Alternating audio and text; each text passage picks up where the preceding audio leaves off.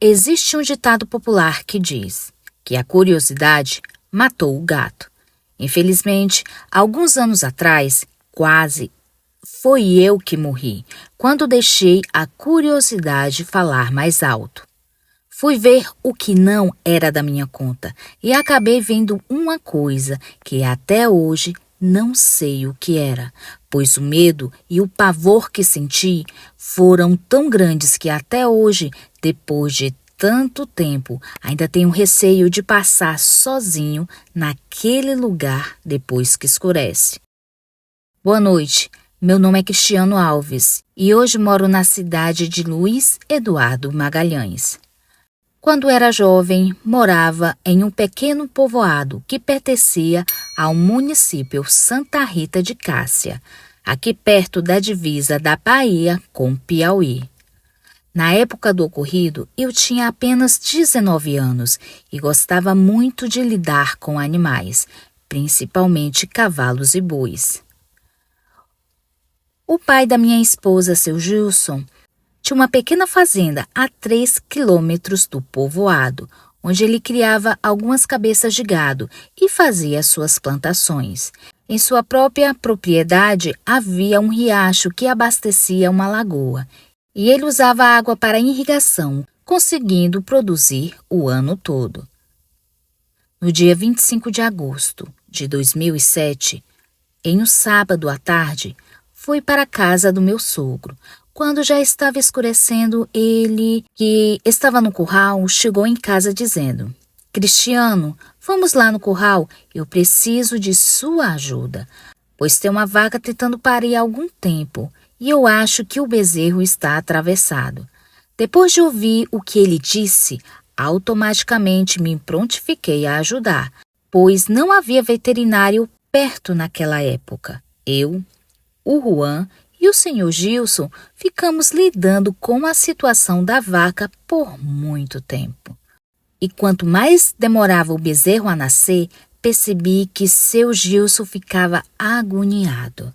Finalmente, depois das 9 horas da noite, conseguimos puxar o bezerro, que, graças a Deus, nasceu com vida, e após alguns minutos já estava de pé. Depois de tudo isso, retornamos para a casa do meu sogro. Fiquei mais um pouco e depois peguei minha bicicleta e fui embora para minha casa, e isso era por volta de 10 horas da noite. Mesmo estando em uma noite clara, peguei a lanterna, amarrei no guidão da bicicleta e segui pela estrada que dava acesso ao povoado. No caminho vi uma luz azulada que estava ao longe, pois a estrada tinha poucas curvas, facilitando assim a observação. Continuei pedalando e, com pouco tempo, a luz acabou desaparecendo em meio à escuridão. Para minha surpresa, a mesma luz apareceu, só que desta vez com mais intensidade. A luz até parecia um farol de moto pela distância que estava. Depois deu a impressão de que ela estava na altura da copa das árvores. Aquilo me confundiu ao ponto de achar que estava tendo uma alucinação óptica ou algo assim. Entre o povoado e a fazenda do meu sogro existia um cemitério antigo que não era utilizado há décadas. Mesmo assim, alguns moradores do povoado de vez em quando faziam mutirões de limpeza para mantê-lo bem conservado. Com muro na parte da frente e cerca de arame farpado em volta do restante da área. Continuei pedalando e percebi que a luz estava dentro do cemitério. Achei muito estranho tudo aquilo, voltando a imaginar o que poderia ser novamente a moto. Então fiquei curioso para saber quem era e o que estava fazendo dentro do cemitério àquelas horas da noite. Quando cheguei perto do cemitério, desci da bicicleta e a deixei escondida na beira da estrada. Caminhei bem devagar para que ninguém pudesse notar a minha presença. Quando cheguei em frente ao muro, olhei para dentro do cemitério e não consegui enxergar a tal luz. mas tive a impressão de estar escutando alguns gemidos que vinham da parte de trás do cemitério. Na hora, pensei em maldade e imaginei que poderia ser algum casal traindo seu cônjuge, foram namorar escondidos, pois em pequenas cidades raramente existe motel, e nesses casos geralmente acontecem em lugares ermos. A maldita da minha curiosidade falou mais alto, e com muito cuidado passei pela cerca e fui andando bem devagar. Estava beirando a própria cerca de arame farpado. Quando cheguei perto do local de onde vinham os barulhos, não pude acender minha lanterna, pois não queria ser visto, mas quando cheguei ao meu objetivo, que era lá no fundo do cemitério, quase tive um troço. Quem estava lá dentro não era uma pessoa, muito pelo contrário. Era um ser totalmente diferente de tudo que já tinha visto ou ouvido falar. Aquilo parecia uma criatura saindo dos filmes de terror. Aquilo era do tamanho de um homem. Tinha braços e pernas que lembrava de seres humanos. A criatura estava sentada de cócoras e o seu rosto parecia ter um focinho, que estava dentro das terras, sobre uma antiga sepultura. Naquele momento fiquei imóvel, escondido atrás de uma árvore, sem fazer nenhum barulho, totalmente me mantendo em silêncio. Porém, de repente, aquela criatura se levantou e ficou de pé. Apesar da noite e de estar a poucos metros dela, pude vê-la claramente. Sinceramente, foi nesse momento que me bateu um gigantesco arrependimento por ter entrado no cemitério. Aquela criatura tinha grandes olhos e uma pelagem escura. Ela não usava roupas e seu rosto me lembrava de um tamanduá. A criatura começou a olhar na minha direção. Iniciou um rosnado que terminou em um grunhido. Só sei que era um barulho estranho e em seguida a criatura deu um grito tão alto e tão agudo que me arrepiou dos pés à cabeça. Com toda certeza, ele já sabia que eu estava ali. Assim que a criatura deu um passo na direção onde eu estava, meu coração quase saiu pela boca de tanto medo.